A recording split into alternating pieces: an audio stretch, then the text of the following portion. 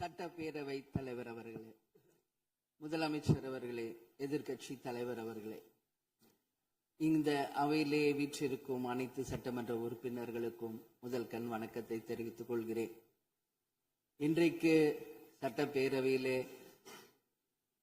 பேசப்பட்ட இந்த தீர்மானம் ஒட்டுமொத்த தமிழக மக்களின் வாழ்வாதாரத்திற்கும் மிக முக்கியமான ஒரு தீர்மானம்.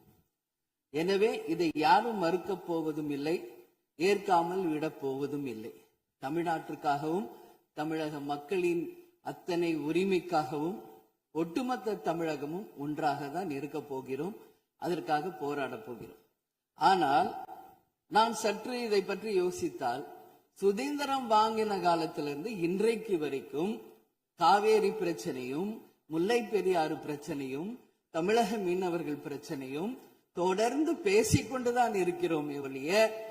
எதற்கும் இதுவரைக்கும் நிரந்தரமாக தீர்வு ஏற்பட்டதாக ஒரு வரலாறு இல்லை என்பதை நிச்சயமாக இந்த நேரத்தில் நான் பதிய வைக்க விரும்புகிறேன். இதற்கு எந்த குறிப்புகளோ படிக்க வேண்டிய அவசியம் இல்லை. இது உணர்வு, நம் மனதிலே ஆழமாக இருக்கும் நம் உணர்வை பதிய வைக்க வேண்டிய இடம் இந்த சட்டமன்றம். இந்த சட்டமன்றமே தமிழக மக்களுக்கானது. தமிழக மக்களின் வரி பணத்தில் நடத்தப்படுவதுதான் இந்த சட்டமன்ற இந்த கூட்டங்கள் எல்லாம். அப்படி இருக்கையில் தமிழக மக்களின் உரிமையை நாம் ஒவ்வொரு முறையும் நம்மை சுற்றி இருக்கின்ற மாநிலங்களிடம்